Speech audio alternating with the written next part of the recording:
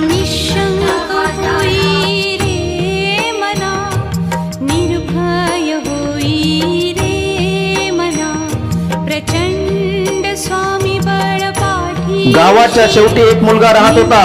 घरात फक्त एकच माणूस.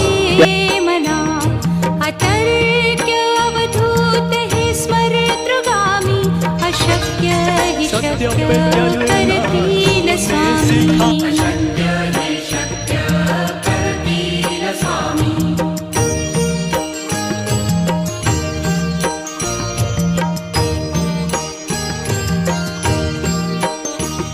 जिथे स्वामी चरण तिथे न्यू